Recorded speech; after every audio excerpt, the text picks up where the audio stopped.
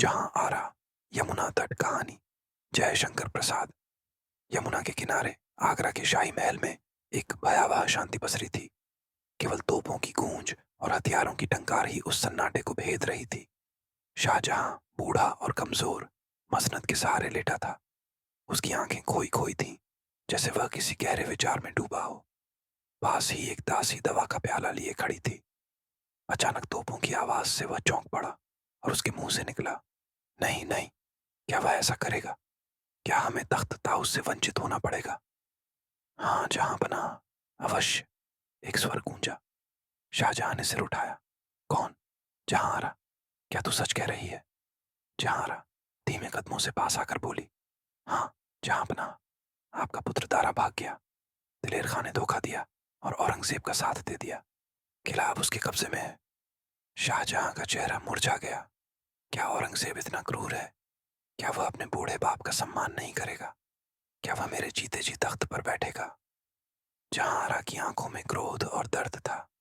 जहां अपना, आपका पुत्र वात्सल्य ही इस विपत्ति का कारण बना। औरंगजेब एक पिशाच है जिससे कोई भला कार्य नहीं हो सकता। नहीं बेटी, ऐसा मत कह, शाहजहां ने कमजोर स्वर में कहा। हाँ, मैं यही कहूंगी, जहांरा ने दृढ़ता से जवाब दिया। शाहजहां ने गहरी सांस ली। तो क्या जहांरा, तुझ में मुगल खून नहीं? क्या तू मेरी कोई मदद कर सकती है? आपकी जो आज्ञा, उसने कहा। मेरी तलवार ला, शाहजहां ने कहा। जब तक यह मेरे हाथ में है, कोई मुझसे तख्त नहीं छीन सकता। जहांआरा ने तलवार लाकर उसके हाथ में दी।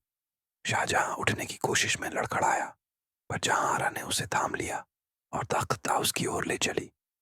तख्त ताउस का अंतिम दृश्य।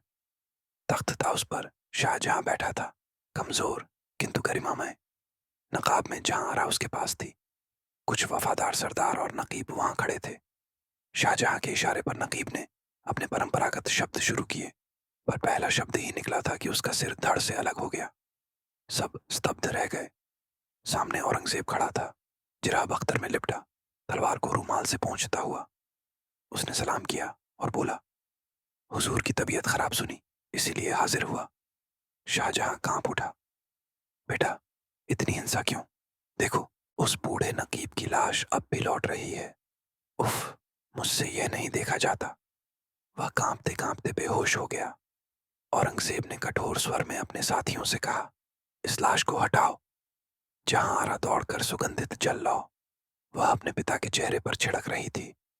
औरंगजेब ने उसे देखा और बोला, यह कौन है जो मेरे बाप को पकड़े हैं? तुम सब क्या देख रहे हो? बादशाह को पलंग पर लिटाओ। सब तख्त की ओर बढ़े।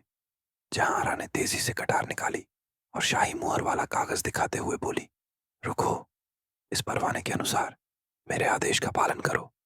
कागज में लिखा था, इस शख्स का हुक्म सब माने और मेरी तरह सम्मान करें। सब झुक गए, यहां तक कि औरंगजेब भी। पर अचानक वह तनकर बोला, इसे गिरफ्तार करो, ये जादूगरनी है। सैनिक आगे बढ़े। जहां आरा ने नकाब हटाया, सबने उसे पहचाना और पीछे हट गए। औरंगजेब ने सिर झुकाया, फिर बड़बड़ाते हुए बोला, जहां आरा, तुम यहां? और तुम यहां कैसे? जहां आरा ने पलटकर पूछा। औरंगजेब ने अपने बेटे की ओर देखा। मालूम होता है बेगम का दिमाग खराब हो गया है, वरना इस बेशर्मी से यहां ना आती। जहांरा ने तीखे स्वर में कहा, और तुम्हारा दिमाग जो अपने बाप से बेअदबी करता है। औरंगजेब के बेटे ने तेजी से जहांरा की कटार छीन ली और बोला, अदब से कहता हूं, महल में जाई। जहांरा की आंखें नम हो गईं। उसने गिड़गिड़ाते हुए कहा, औरंगजेब, क्या तुम में जरा भी दया नहीं? दया क्यों नहीं? औरंगजेब ने ठंडे स्वर में कहा, दारा तुम्हारा भाई था तो मैं भी हूं, फिर पक्षपात क्यों? जाओ महल में। जियारा अपने मूर्छित पिता को देखती हुई चली गई। यमुना के तट पर उसी महल में शाहजहां पलंग पर पड़ा था। जहांरा उसके सिरहाने बैठी थी, सादे वस्त्रों में। शाही वैभव अब केवल स्मृति था। उसने अपने गहने वस्त्र सब गरीबों में बांट दिए। वह अब तपस्विनी थी, अपने पिता की सेवा में समर्पित। शाहजहां ने आंखें खोली। बेटी, अब दवा की जरूरत नहीं, केवल खुदा की याद ही दवा है। जहांरा की आंखें भर आईं। पिता, शरीर की रक्षा जरूरी है। शाहजहां चुप रहे। जहांरा उठी और दवा की शीशियां यमुना में बहा आई। वह तट पर बैठकर सोचने लगी। यमुना का प्रवाह वैसा ही था, पर मुगल साम्राज्य बदल गया था। शाहजहां जीवित थे, पर तख्त पर नहीं। चांद की किरणें उसके चेहरे पर पड़ी और वह खोई रही।